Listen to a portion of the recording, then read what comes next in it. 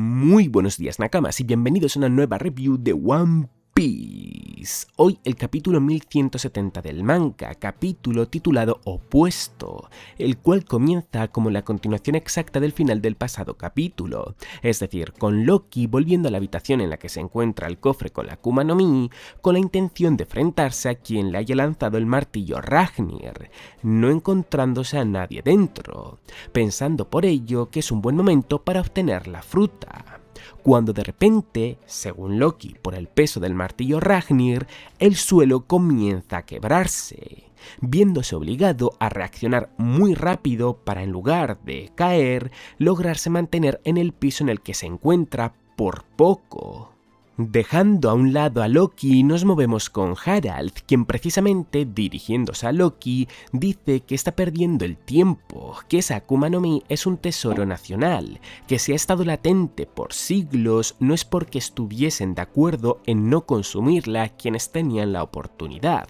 sino porque no podían, ya que ni uno de ellos fue elegido por Ragnir. Confiando Harald que con la fuerza que ahora posee gracias a haberse convertido en caballero de Dios, él será el elegido.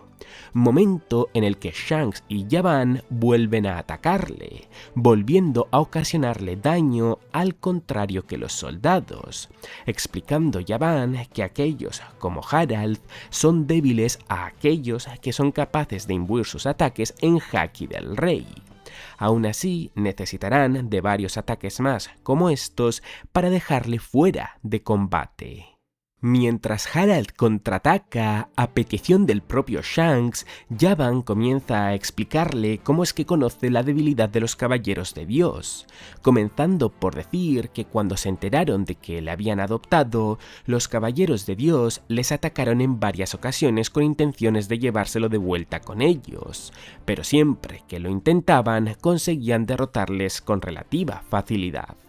añadiendo que son unos buenos recuerdos, aunque tiene que admitir que en su día le sorprendió averiguar que en la Tierra Sagrada había un batallón de combate en condiciones, que hasta ese entonces había asumido que todos los Tenryubitos eran unos inútiles. Comentándole Shanks que en verdad la mayoría sí que lo son, que piensan que el mundo que tienen debajo es uno inferior y por eso apenas bajan, además de considerarse unos dioses. Solo pensar en la vida que hubiese tenido en la Tierra Sagrada le hace sentir escalofríos, respondiéndole Yaban que a eso le llaman destino, terminando por decirle Shanks que, como sea, desea salvar a Harald, estando de acuerdo Yaban, pero diciendo que fue él mismo quien le reveló las problemáticas que había detrás de convertirse en un caballero de Dios, así que parece que su única esperanza es Loki.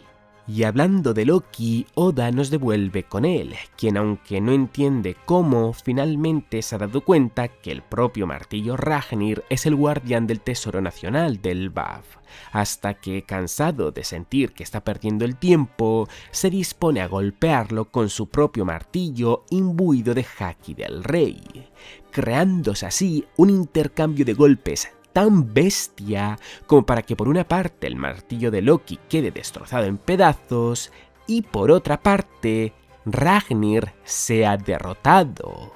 Momento en el que se muestra de verdad, transformándose el mango del martillo en una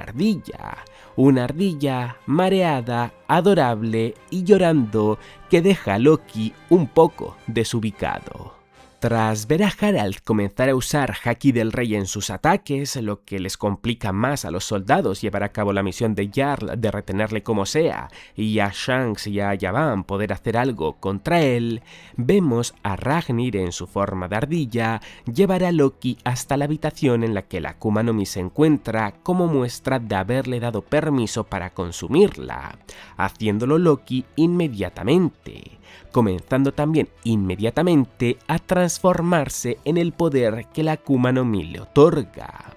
un poder que Oda decide no revelarnos en este capítulo, aunque al menos sabemos que es una Zoan y parece que de una especie de lobo gigante por las garras de la mano, el pelo en punta y alguna que otra silueta que llegamos a poder ver. Transformado en el poder de su Akuma no Mi y después de ver a Ragnir en su forma ardilla, feliz por finalmente haber encontrado a alguien que mereciese ser usuario de ese poder, Loki, con un considerable tamaño y a una considerable velocidad, acaba plantándose frente a Harald,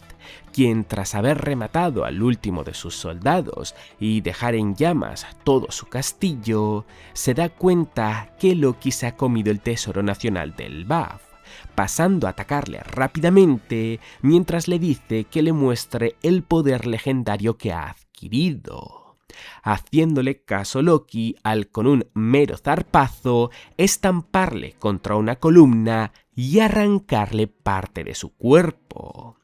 Zarpazo al que le sigue una cadena de ataques contra los que Harald no puede hacer absolutamente nada, demostrando que esa Akuma no Mi por algo es considerada legendaria en el BAF, y por algo tenía un guardián tan poderoso resguardándola. Para ya desactivando su transformación, Loki comenzará a prepararse para darle el golpe de gracia a Harald con Ragnir, comentando antes Harald que lo presuponía, que Loki posee la sangre del Rey Supremo. Momento en el que Loki se da cuenta que Harald ha vuelto a ser el de siempre, lo que lleva a detener su ataque, diciéndole Harald que solo por ahora, pero que no se equivoque, que solo hace falta que mire a su alrededor para que se dé cuenta que no hay vuelta atrás para lo que ha hecho. Respondiéndole Loki buscando agarrarse a lo que pueda con que estaba siendo controlado. Respondiéndole de vuelta a Harald que no exactamente, que sospecha que sus propios pensamientos están siendo influenciados por alguien, hasta el punto de estar comenzando a considerarse como un dios, pasando a comentar que está seguro de que hará un increíble trabajo encargándose del BAF y que le gustaría que se llevase bien con su hermano. Momento en el que Loki comienza a reprocharle, llamándole basura y diciéndole que ni el peor de los padres forzaría a su hijo a que le matase. Palabras que Harald no solo ignora, sino que ataca al corazón de Loki aún más al de repente darle las gracias por lo que hizo por Ida, que aunque quemar la villa no iba a hacer que volviese a la vida, saber que se sentía así respecto a ella le hizo muy feliz, terminando por decirle que se dé prisa, que lo haga antes de que vuelva a perder el control.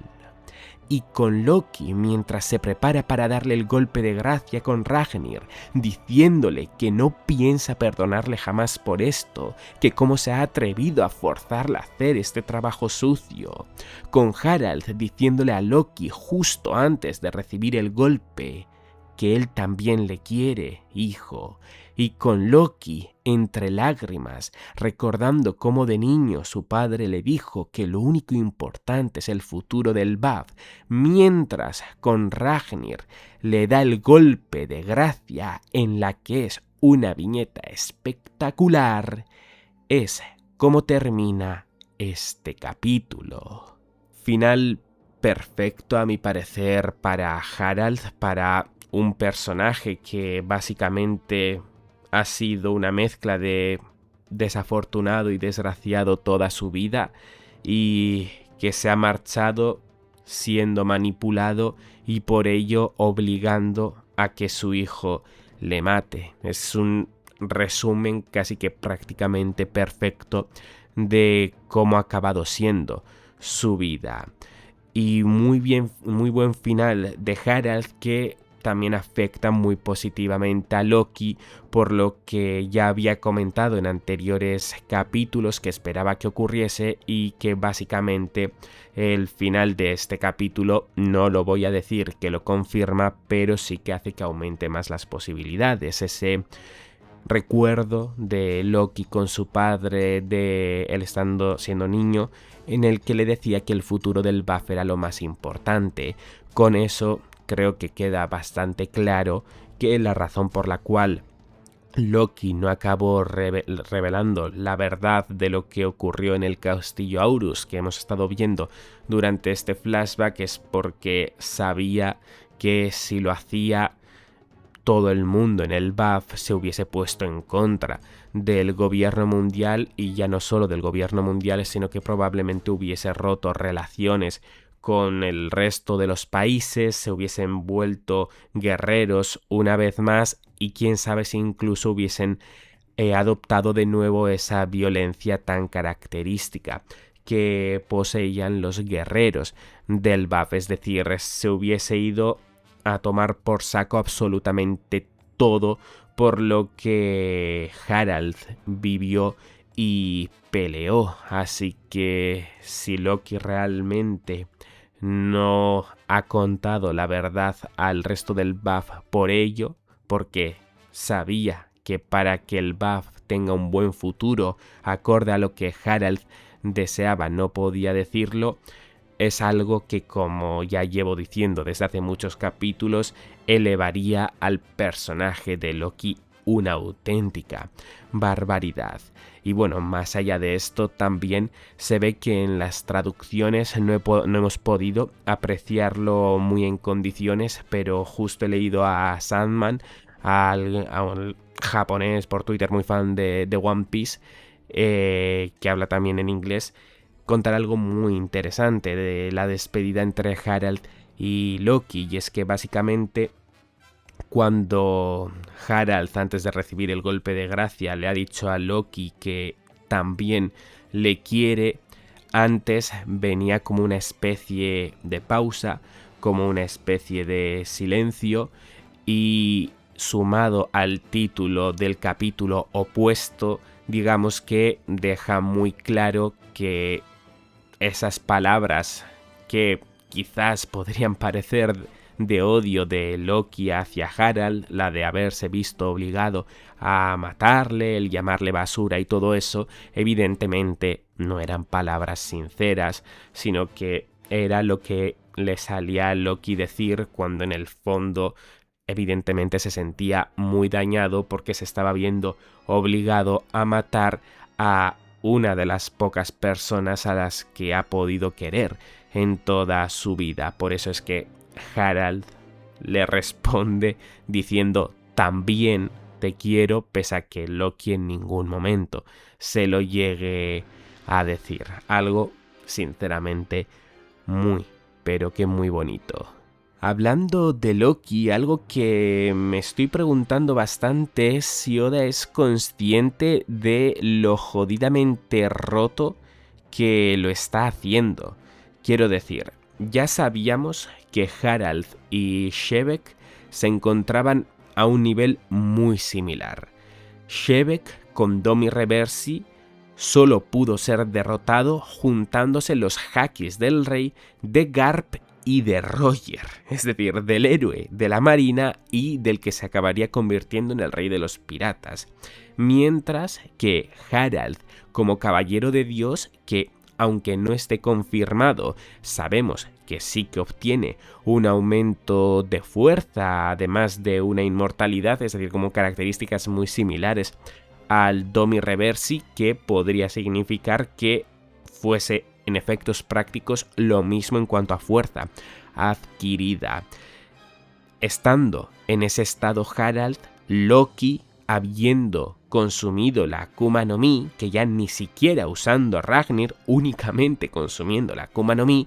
le ha metido una paliza tremenda, es decir, la ha destruido por completo. El único golpe que ha recibido ha sido el primero, y parece porque realmente le daba completamente igual recibir ese golpe porque se lo iba a tanquear sin problemas. Fuera de eso, ha reventado a Harald de una manera que es demasiado bestia, si tenemos en cuenta que debería de ser el de un nivel similar al de Shebek Domi Reversi. Entonces, no sé yo hasta qué punto, como he dicho antes, se le puede estar yendo un poquito de las manos a Oda lo jodidamente roto que está Loki. Es cierto que nos podemos agarrar al hecho de que puede ser que Roger y Garp no estuviesen en su prime en ese momento de God Valley en el que estaban enfrentando a Shebek. Garp no lo sé, pero Roger desde luego que parece ser que sí que continuó aumentando en fuerza, que bueno, por extensión supongo que Garp también. La cuestión es realmente cuánto llegarían a aumentar de fuerza, porque claro, también cuanto más aumentasen en fuerza, pues en peor lugar deja en verdad a Shebek y por extensión también a Harald, ¿no? Pero es que si no haces eso, en la escala de poder, ¿qué narices haces con Loki? Quiero decir, definitivamente sería de los personajes más OPs de todo One Piece, si no el que más. Y a ver, el que más no debería de ser, porque evidentemente Luffy e Im. Pero es que fuera de Luffy e Im, por el historial, joder, yo lo pienso y digo, no sé hasta qué punto se le podría considerar ya más fuerte que Kaido. Evidentemente es muy difícil, ¿no?, dar una sentencia relacionada a esto por lo que digo, porque realmente estamos comparando épocas diferentes. Pero una de las vertientes que podría llegar a deducirse, desde luego que deja a Loki en un nivel demasiado elevado, creo yo. Es que además recién habiendo comido la Akuma no Mi, que ni siquiera es que hubiese entrenado mucho con ella, que bueno, en verdad, siendo una Zoan tampoco creo que le haga falta entrenar mucho, pero vaya, igualmente, como digo, deja a Loki en una posición muy alta. Y claro, aquí también luego habrá que preguntarse el tema de Shanks, ¿no? ¿Cómo es que Shanks le detuvo? ¿Qué hay de verdad detrás de esa detención de Shanks con Loki? O bueno, no sé. Son demasiados jardines, son demasiadas cosas a tener en cuenta de las que todavía no tenemos muchas respuestas como para poder sacar conclusiones en cuanto a escalas de poder y todo eso. Pero vaya, que desde luego que por lo visto Loki es una barbaridad de personaje en cuanto a fuerza se refiere. Y para terminar de hablar acerca de Loki hay dos temas. El primero, su Akuma no Mi, que Oda no ha querido revelarnos por alguna razón en este capítulo, pese a haber visto varias cosas de ella. A ver, todo indica a que es la Zoan mitológica del lobo Fenrir. Mitología nórdica, encaja perfectamente. Por lo que hemos visto en este capítulo, encaja también con el hecho de ser un lobo. Como que digamos que entre todas las opciones esta es la más lógica y la que más probabilidades tendría de llegar a darse. Pero claro, yo aquí lo que paso a preguntarme es que si es el caso, ¿qué tiene de legendaria esta Akuma no Mi? ¿Realmente Fenrir va a pasar a tener también como un impacto muy importante en la historia del mundo de One Piece y por eso se le considera una Akuma no Mi legendaria? O quizás cabe la posibilidad de que sea una Akuma no Mi que sí esté basada en Fenrir, pero que pueda ser, no sé, un ser al estilo de Nika que existió en el BAF hace mucho tiempo. Quizás va tirando un poquito más por ahí, que lo de Fenrir simplemente sea una influencia y que no sea la Akuma no Mi per se. Pero bueno, desde luego que tiene toda la pinta del mundo de que debería de ser una especie de lobo la Zoan que posee ahora mismo Loki. Y el segundo tema relacionado con Loki está lo que Harald ha mencionado, una de las últimas cosas que Harald ha mencionado, que posee la sangre del Rey Supremo, Rey entre comillas, depende de la traducción, os habréis encontrado un término u otro. Pero vaya, esto tiene pinta de que es muy importante dentro de al menos el lore, la historia del BAF y por extensión muy probablemente de todo el mundo de One Piece. Tiene pinta de que este rey pues sería el rey más fuerte que ha habido en la historia de Elbaf y alguien que pues muy probablemente la lió bastante en cierto punto del mundo, y saber más acerca de él en algún momento a través de Loki, supongo que a través de otro personaje que sea quien lo revele, pues será una revelación también muy importante para eventos del pasado del mundo de One Piece, así que razones para hypearse aún más alrededor de Loki por si no hubiese ya suficientes. Dejando ya a Loki a un lado, algo que me ha llamado mucho la atención en este capítulo es cuando Yaban le estaba contando a Shanks el origen de haber averiguado cómo es que los caballeros de Dios eran débiles al haki del rey, y el haber contado básicamente que durante su niñez, o bueno, incluso siendo bebé, supongo los caballeros de Dios atacaron en varias ocasiones a los piratas de Roger buscando recuperar a Shanks. Ya en God Valley vimos que parece ser que sí, Figarland tenía intención de hacerse tanto con Shamrock como con Shanks, pese a que al principio, recordemos, no tenía ni el más mínimo interés por ninguno de los dos bebés. Y de hecho, eso es lo que a mí me hace dudar de que realmente fuese Figarland quien tuviese el interés por recuperarlos, cuando, para empezar, ni siquiera fue él mismo quien comenzó a buscarles, sino que fueron otros caballeros de Dios a quienes se les encargó ponerse a buscar a Shanks y a Shamrock en God Valley. Y aunque, como digo, sí que se vendió como que era importante para Figarland, a mí se me hace raro, la verdad, que en tan poco tiempo cambiase de pensar tan bestiamente. Así que si realmente es cosa de Figarland, yo entiendo que es porque alguien le debió de dar una orden. Entiendo que Im o algún miembro del Gorosei, pero bueno, si fue algún miembro del Gorosei, entiendo que muy probablemente fuese dado por Im. O si es que realmente durante ese, no sé cuánto llegó a haber tiempo de diferencia, si llegó a haber un año o algo así de diferencia entre un evento y otro, es decir, entre que conoció a sus bebés y, bueno, básicamente luego se dio el evento de God Valley, si se dio cuenta de algo Figarland, por lo cual le beneficiaba cómo hacerse con los bebés. Pero no sé, eso me parece un poquito raro, porque es como que si fuese el caso, porque Oda no nos ha mostrado nada relacionado a ello, ni siquiera nos ha mostrado una pequeña pista. Yo, si tuviese que apostar más, supongo que sería por el hecho de que alguien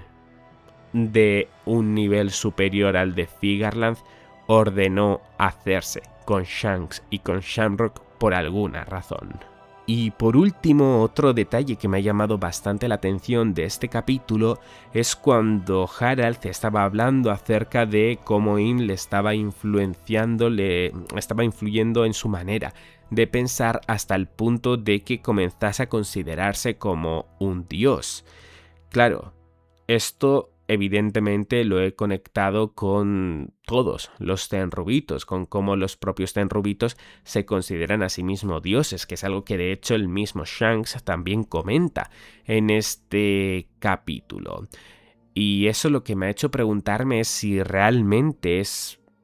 algo cultural de los tenrubitos, el simplemente haber nacido en esa posición, el que sean educados de esa manera y que por eso actúen de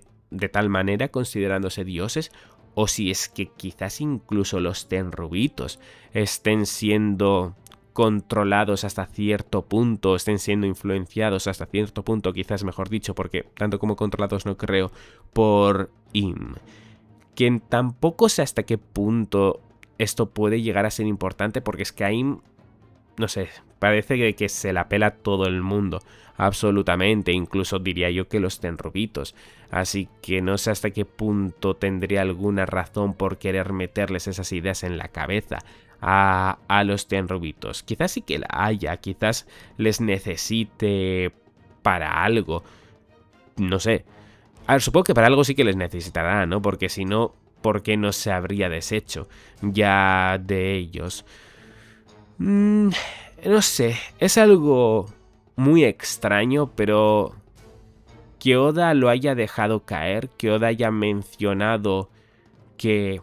Harald, influenciado por Im, haya comenzado a tener pensamientos de considerarse a sí mismo como un dios, creo que